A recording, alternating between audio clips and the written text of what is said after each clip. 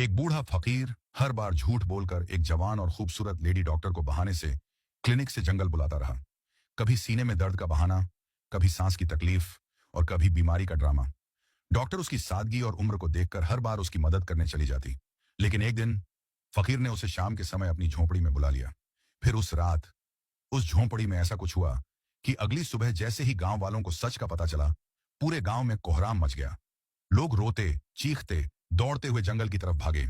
और जब वो फकीर की झोंपड़ी तक पहुंचे, जो मंजर उन्होंने अपनी आंखों से देखा, उसने सबको हिलाकर रख दिया।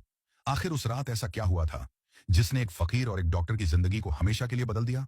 और गांव वाले इतने हैरान, इतने परेशान क्यों थे? ये सब जानने के लिए वीडियो को आखिर तक जरूर देखें। जंगल की गहराई में जहां परिंदों की चहचहाहट और पेड़ों के पत्तों की सरसराहट एक अजीब सा सुकून देने वाला माहौल बना रही थी, वहां एक झोपड़ी खड़ी थी। यह झोपड़ी किसी साधारण किसान या शिकारी की नहीं, बल्कि एक बूढ़े फकीर की थी। लोग उसे बाबा जी के नाम से जानते थे। 90 साल की उम्र में उसके चेहरे की झुर्रियां समय की कठोरता की गवाही देती थीं। धूप से जला हुआ शरीर, सफेद दाढ़ी, फटी पुरानी बनियान और पुराना धोती उसका पहनावा था। गांव वाले इस फकीर को बड़ा नेक और भगवान का भक्त समझते थे, लेकिन सच कुछ और था। बाबा जी के दिल में ऐसी तन्हाई बसी थी जो किसी को नजर नहीं आती थी। वह अक्सर झूठे बहाने बनाकर लोगों से सहानुभूति पाना चाहता। कभी कहता कि सीने में दर्द है, कभी कहता कि सांस लेने में दिक्कत है, और कभी कोई नई बीमारी गढ़ लेता। उसी गांव में एक सुंदर और शिक्षित 30 वर्षीय लेडी डॉक्टर भी रहती थी। उसका नाम डॉक्टर हिना था। वह शहर से पढ़कर आई थी और गांव के छोटे क्लिनिक में लोगों का इलाज करती थी। गांव वाले उसे केवल एक कुशल डॉक्टर ही नहीं, बल्कि उसकी नरमी, मुस्कान और दिल से बात करने की आदत के कारण भी बेहद पसंद करते थे। हिना की आंखों में एक चमक थी और उसकी शख्सियत में ऐसा आकर्षण था जो हर किसी को अपनी ओर खींच लेता था। फकीर ने पहली बार डॉक्टर हिना को तब देखा जब वह क्लिनिक में दवा लेने गया। वह भीतर गया, हाथ में पुराना कपड़ा पकड़े जोर जोर से खांसने लगा। डॉक्टर हिना ने चिंता से पूछा, बाबा जी, क्या हुआ? फकीर ने खांसी की आवाज निकालते हुए कहा, बेटी, सीना जल रहा है। लगता है कोई पुरानी बीमारी लौट आई है। डॉक्टर हिना ने नरमी से कहा, फिक्र मत कीजिए बाबा जी, मैं देखती हूं। जांच करने के बाद उसने कहा कि सब ठीक है, बस कमजोरी है। उसने दवा दी और कहा कि ज्यादा चिंता न करें। लेकिन फकीर को तो यही बहाना चाहिए था। वह बार बार झूठे दर्द और बीमारियों का बहाना बनाकर क्लिनिक आने लगा। कभी कहता हाथ में दर्द है, कभी कहता सिर में चक्कर आ रहे हैं। डॉक्टर हिना भी सरल स्वभाव की थी। हर बार समय निकालती, मुस्कुराकर उसे बात करती और दवा देती। समय बीतता गया और फकीर के दिल में एक अजीब सा आकर्षण पैदा होने लगा। वह जानता था कि यह एहसास किसी साधारण व्यक्ति के लिए नहीं, बल्कि एक खूबसूरत जवान औरत के लिए है, जिसके पास वह झूठ बोलकर बार बार आता है। एक दिन उसने निश्चय किया कि अब वह डॉक्टर हिना को अपनी झोपड़ी में बुलाएगा। उसने बहाना बनाया कि रात को अचानक तेज बुखार और सांस लेने में तकलीफ हुई। अगली सुबह वह क्लिनिक पहुंचा और बोला, बेटी, अब तो लगता है आखिरी समय पास है। यदि तू कल शाम मेरी झोपड़ी पर आकर देख ले तो बड़ा उपकार होगा। मुझे चलने फिरने की शक्ति नहीं रही। डॉक्टर हिना पहले हिचकिचाई। जंगल के भीतर जाना आसान नहीं था, विशेषकर एक अकेली स्त्री के लिए। लेकिन बाबा जी की बूढ़ी हालत और आंखों में छुपी बेबसी देखकर उसने हाँ कर दी। अगली शाम जब सूरज पेड़ों के पीछे छिप रहा था और जंगल पर सुनहरी रोशनी बिखर रही थी, डॉक्टर हिना अपना बैग लेकर झोपड़ी की ओर चल पड़ी। रास्ता संकरा था, पेड़ों की जड़ें उभरी हुई थीं और परिंदे अपने घोंसलों की ओर लौट रहे थे। झोपड़ी के पास पहुंची तो फकीर दरवाजे पर बैठा था। उसकी आंखों में अजीब सी चमक थी, जैसे वह किसी का बेसब्री से इंतजार कर रहा हो। आ गई बेटी, उसने धीमी आवाज में कहा। जी बाबा जी, अब कैसे हैं? बस सांस नहीं ली जा रही थी, सोचा तुझे बुला लूं। डॉक्टर हिना भीतर आई। झोपड़ी बेहद साधारण थी। मिट्टी का फर्श, पुराने कपड़े, एक जलता हुआ दिया और कोने में रखी पुरानी लकड़ी की लाठी। फकीर लेट गया और बोला, बेटी, दिल बहुत डर रहा है, लगता है मृत्यु निकट है। डॉक्टर हिना ने जांच की तो सब कुछ सामान्य था। उसने कहा, बाबा जी, आप बिल्कुल स्वस्थ हैं, यह केवल वहम है। फकीर ने गहरी सांस लेते हुए कहा, बेटी, सच कहूं तो अब मुझे इलाज से ज्यादा किसी अपने के सहारे की जरूरत है। तू आती है तो दिल को शांति मिलती है। यह सुनकर डॉक्टर हिना चकित हुई, लेकिन उसने ज्यादा सोचा नहीं। वह मानती थी कि यह केवल एक अकेले बूढ़े व्यक्ति के शब्द हैं, जो जीवन के अंतिम समय में साथ और अपनापन चाहता है। अब यह दिनचर्या बन गई। कभी फकीर खुद क्लिनिक आता और कभी डॉक्टर हिना झोपड़ी तक चली जाती। बातचीत के दौरान फकीर उसकी प्रशंसा करने लगा। बेटी, तेरी मुस्कान जंगल के अंधेरों को भी रोशन कर देती है। तेरे हाथों का स्पर्श मुझे नई जिंदगी दे देता है। शुरुआत में डॉक्टर हिना यह बातें केवल एक बूढ़े की भावुकता समझकर अनदेखा करती रही, लेकिन धीरे धीरे उसके दिल में भी एक नरम कोना बनने लगा। वह सोचती थी कि शायद यह प्रेम नहीं, बल्कि सहानुभूति है, पर मन के किसी हिस्से में वह भी उसके इंतजार में रहने लगी। एक दिन तेज बारिश हो रही थी। मिट्टी की सुगंध पूरे जम, बारिश की बूंदें छत पर बजती रहीं और झोपड़ी के भीतर एक अजीब सा सन्नाटा छाया हुआ था। फकीर के शब्दों ने डॉक्टर हिना के दिल में हलचल मचा दी थी। वह सामने खड़ी थी, हाथों में बैग पकड़े, आंखों में हैरानी और होंठों पर खामोशी। बाबा जी, उसने धीमी आवाज में कहा, आप जानते हैं आप क्या कह रहे हैं? आप मेरी उम्र से 3 गुना बड़े हैं। लोग मजाक उड़ाएंगे। फकीर ने आह भरी और जमीन की ओर देखा। हाँ बेटी। नहीं, अब तुझे बेटी नहीं कह सकता। मैं जानता हूं कि यह दुनिया हंसेगी, लोग मुझे पागल कहेंगे, मगर यह दिल है ना, यह किसी की नहीं सुनता। डॉक्टर हिना का दिल जोर से धड़क रहा था।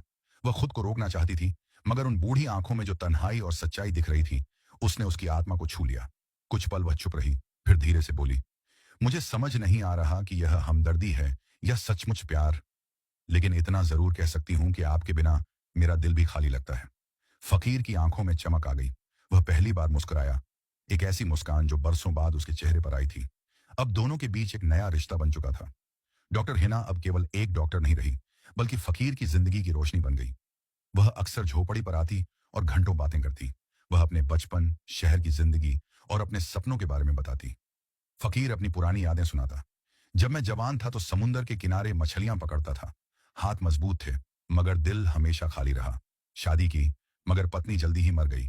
फिर मैंने दुनिया छोड़ दी और इस जंगल का हिस्सा बन गया। डॉक्टर हिना हैरान होकर सुनती। वह सोचती कि यह बूढ़ा इंसान जो सबको फकीर और अकेला नजर आता है, अंदर से कितना टूटा हुआ है। एक दिन गांव में चर्चा होने लगी। कुछ औरतों ने देखा कि डॉक्टर हिना अक्सर जंगल की ओर जाती है। वे हंसती और कानाफूसी करती। डॉक्टरनी और वह बूढ़ा फकीर, कुछ तो है मामला। बात धीरे धीरे फैल गई। एक दिन क्लिनिक में एक औरत ने खुलकर कह दिया, डॉक्टरनी जी, आप तो अच्छी भली जवान और खूबसूरत हैं। वह बूढ़ा फकीर आपको बार बार क्यों बुलाता है? यह सुनकर डॉक्टर हिना का दिल चोट खा गया। उसने हल्की मुस्कान दी, मगर भीतर ही भीतर सोचने लगी कि लोग कितनी आसानी से बिना कुछ जाने जज कर लेते हैं। शाम को वह सीधी झोपड़ी पर पहुंची और फकीर से कहा, बाबा जी, लोग बातें बनाने लगे हैं। फकीर ने खामोशी से उसकी ओर देखा। मैं जानता था यह दिन आएगा। दुनिया कभी नहीं समझेगी कि मेरे दिल में कैसी मोहब्बत है। हिना उसके पास बैठ गई और बोली, मुझे परवाह नहीं, दुनिया कुछ भी कहे, मैं जानती हूं आपकी मोहब्बत सच्ची है, और मुझे भी लगता है कि मैं आपके बिना नहीं रह सकती। ये कहते ही उसकी आंखों से आंसू बह निकले। फकीर ने कांपते हाथों से उसके आंसू पोंछे और कहा, खुदा ने मेरे खाली दिल को तेरे जरिए भर दिया। अब अगर मौत भी आ जाए तो मुझे कोई गम नहीं। समय बीतता गया। जंगल अब उनके लिए एक पनाहगाह बन चुका था। कभी वे दोनों पेड़ों के नीचे बैठकर बातें करते, कभी बहते नाले के किनारे पानी में कंकड़ियां फेंकते। फकीर अपनी लाठी का सहारा लेकर चलता और हिना उसके साथ मुस्कुराती रहती। लेकिन भीतर ही भीतर एक डर भी था। यह रिश्ता दुनिया के नियमों के खिलाफ था। उम्र का फासला, समाज की नजरें और गांव वालों की जुबान उनके लिए किसी बड़े तूफान से कम नहीं थी। एक शाम जब सूरज डूब रहा था और आसमान लालिमा से भर गया था, फकीर ने कहा, हिना, अगर कल को लोग तुझे मुझसे अलग करने की कोशिश करें तो क्या तू मेरा साथ देगी? हिना ने उसकी आंखों में देखते हुए कहा, हाँ, मैं साथ दूंगी, क्योंकि अब यह दिल केवल आपके लिए धड़कता है। फकीर के चेहरे पर सुकून उतर आया। उसने आसमान की ओर देखा और कहा, हे खुदा, तू जानता है यह मोहब्बत सच्ची है। दुनिया कुछ भी समझे, मगर यह दिल की गवाही है। मगर तकदीर की राहें हमेशा सीधी नहीं होती। अगले ही दिन गांव के कुछ बड़े बुजुर्ग क्लिनिक पर आ धमके। उनके चेहरे सख्त और आवाज तेज थी। डॉक्टरनी जी, हमें सब पता चल गया है। आपका उस बूढ़े फकीर से मेलजोल गांव के नाम पर दाग है। यह रिश्ता गांव बर्दाश्त नहीं करेगा। डॉक्टर हिना का दिल कांप गया। उसने हिम्मत करके कहा, वह बुरा इंसान नहीं है, वह फकीर है, मगर उसका दिल साफ है। एक बुजुर्ग गुस्से से बोला, प्यार के चक्कर में अकल खो बैठी हैं आप। वह 90 साल का है और आप 30 की। लोग क्या कहेंगे? हिना की आंखों से आंसू बहने लगे। उसने सोचा कि यह दुनिया कभी उनके दिलों की गहराई को नहीं समझ सकेगी। शाम को वह सीधी झोपड़ी पर पहुंची। फकीर लकड़ियां जला रहा था ताकि रात को ठंड में रोशनी और गर्मी मिल सके। हिना ने सारा माजरा सुना दिया। फकीर खामोशी से सुनता रहा, फिर गहरी सांस लेकर बोला, मैं नहीं चाहता कि तू मेरी वजह से दुनिया के ताने सुने। अगर चाहे तो आज के बाद मुझसे न मिले। यह सुनकर हिना का दिल टूट गया। वह रोते हुए उसके पैरों में बैठ गई और बोली, ऐसा मत कहिए, मैंने आपके बिना जीने का सोचा भी नहीं। आप मेरे लिए सब कुछ हैं। चाहे दुनिया दुश्मन हो जाए, मैं आपको कभी नहीं छोड़ूंगी। फकीर के कांपते हाथ उसके बालों पर टिक गए। उस पल झोपड़ी की खामोशी में केवल एक सच्चे प्यार की धड़कन गूंज रही थी। रात का अंधेरा जंगल पर छा गया था। झोपड़ी के अंदर चिराग जल रहा था और बाहर हवा में नमी और मिट्टी की खुशबू घुली हुई थी। डॉक्टर हन्ना अब फकीर के पास बैठी थी, जैसे उसने यह तय कर लिया हो कि अब दुनिया कुछ भी कहे, वह पीछे नहीं हटेगी। फकीर ने कांपती आवाज में कहा, हना, मैंने कभी सोचा नहीं था कि बुढ़ापे में मोहब्बत मिलेगी। यह दिल तो बहुत पहले मर चुका था, लेकिन तूने आकर इसमें फिर से धड़कन डाल दी। हना ने उसका हाथ थाम लिया। मोहब्बत उम्र की मोहताज नहीं होती बाबा जी। यह दिल की है, यह रूह की है। और मैंने आपकी रूह की सच्चाई को पहचान लिया है। लेकिन गांव के लोगों का गुस्सा बढ़ता जा रहा था। अगले दिन बुजुर्गों ने पंचायत बुलाई। कुछ ने कहा डॉक्टर को गांव छोड़ देना चाहिए, कुछ ने कहा फकीर को निकाल देना चाहिए। शोर मच गया। इसी दौरान एक नौजवान खड़ा हुआ, जिसने हना से इलाज कराया था। उसने कहा, आप सब गलत सोच रहे हैं। डॉक्टरनी ने हमें सेहत दी, हमारी जानें बचाई, और वह फकीर, उसने कभी किसी को नुकसान नहीं पहुंचाया। अगर दोनों एक दूसरे के लिए सुकून हैं, तो हमें क्यों तकलीफें होनी चाहिए? कुछ लोगों ने उसकी तायद की, मगर ज्यादातर अब भी खिलाफ थे। हना ने जब यह सब सुना तो उसका दिल और मजबूत हो गया। शाम को वह झोपड़ी पहुंची। उसकी आंखों में अज़्म झलक रहा था। बाबा जी, मैंने फैसला कर लिया है। चाहे गांव वाले माने या ना माने, मैं आपके साथ रहूंगी। फकीर की आंखों से आंसू बह निकले। उसने कहा, यह दुनिया तुझे तकलीफ देगी। मैं नहीं चाहता कि तू मेरी वजह से रुस्वा हो। हना ने उसके होंठों पर हाथ रख दिया। मोहब्बत में रुसवाई नहीं देखी जाती। आप मेरे लिए दुनिया के सब कायदे कानून से ज्यादा कीमती हैं। अब दोनों ने तय किया कि वे खुलेआम अपने रिश्ते का ऐलान करेंगे। अगले दिन हना ने क्लिनिक बंद किया और फकीर के साथ गांव के बीच जा पहुंची। सब लोग हैरान रह गए। फकीर अपनी छड़ी पर टिका हुआ था और हना उसके साथ खड़ी थी। मैं जानती हूं आप सब मेरी मुखालिफत करेंगे, हना ने ऊंची आवाज में कहा, लेकिन यह मेरा फैसला है। मैं इस शख्स को अपना मानती हूं, चाहे वह फकीर हो, चाहे 90 साल का हो। भीड़ में सन्नाटा छा गया। कुछ चेहरों पर गुस्सा था, कुछ के दिलों में हैरत, और कुछ के होंठों पर मुस्कान। एक बूढ़ी औरत आगे बढ़ी और बोली, अगर यह सच है तो हमें ऐतराज नहीं होना चाहिए। मोहब्बत खुदा की देन है, और खुदा की दी हुई चीज पर शक करना कुफ्र है। यह सुनकर माहौल बदल गया। लोग जो कल तक मजाक उड़ाते थे, अब खामोश हो गए। वक्त गुजरता गया।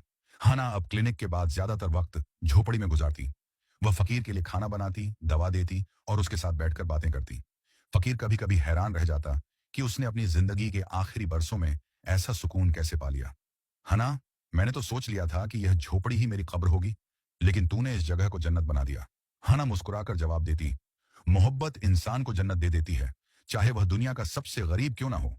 लेकिन वक्त का अपना कानून है। फकीर का जिस्म कमजोर होता जा रहा था। एक दिन वह ज्यादा देर तक चल न सका। छड़ी पर टिक कर बैठ गया। हना ने उसके पास जाकर पूछा, क्या हुआ बाबा जी?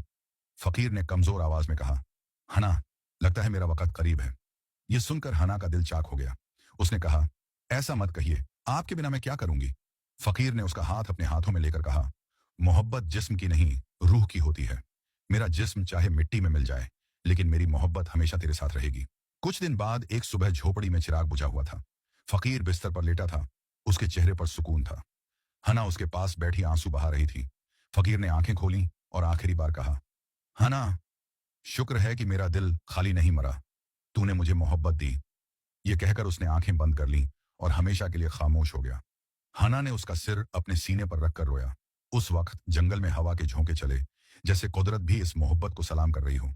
गांव वालों ने जब यह खबर सुनी तो वे भी खामोश हो गए। अब कोई ऐतराज न रहा। उन्होंने फकीर को इज्जत से दफनाया। हना उसके मजार के पास बैठी रही और दिल में अहद किया, मैं अपनी जिंदगी आपकी याद में गुजारूंगी। वह रोज मजार पर जाती, फूल रखती और घंटों बैठकर बातें करती, जैसे वह जिंदा हो।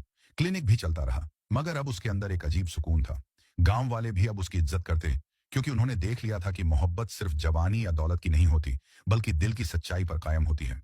साल गुजरते गए। हना के बालों में सफेदी आने लगी, मगर उसकी आंखों में वही चमक थी जो उस दिन थी जब उसने फकीर को पहली बार देखा था। उसकी मुस्कान अब भी जंगल को रोशन करती थी, और जब कोई उससे पूछता कि तुमने शादी क्यों नहीं की, तो वह सिर्फ मजार की तरफ देखकर कहती, मैंने अपनी रूह पहले ही किसी को दे दी थी, बाकी सब तो सिर्फ जिस्म के रिश्ते हैं। यूं एक बूढ़े फकीर और जवान डॉक्टर की कहानी गांव के लोगों के लिए एक मिसाल बन गई। लोग अब उस मोहब्बत को याद करते जो दुनिया के कायदे कानून के खिलाफ थी, मगर रूह की गहराई में सच्चाई लिए हुए थी। मोहब्बत जो झोपड़ी की दीवारों से शुरू हुई थी, अब दिलों में कहानी बनकर हमेशा के लिए जिंदा हो गई। ये कहानी हमें यह सिखाती है कि प्यार उम्र, जाति या समाज के बनाए नियमों का मोहताज नहीं होता। सच्चा प्यार दिल और आत्मा से जुड़ा होता है, और यह इंसान को वह सुकून दे देता है जो दुनिया की दौलत या ताकत भी नहीं दे सकती। लोगों की बातें केवल वक्ती होती हैं, लेकिन दिल की सच्चाई हमेशा जिंदा रहती है। अगर आपको यह कहानी पसंद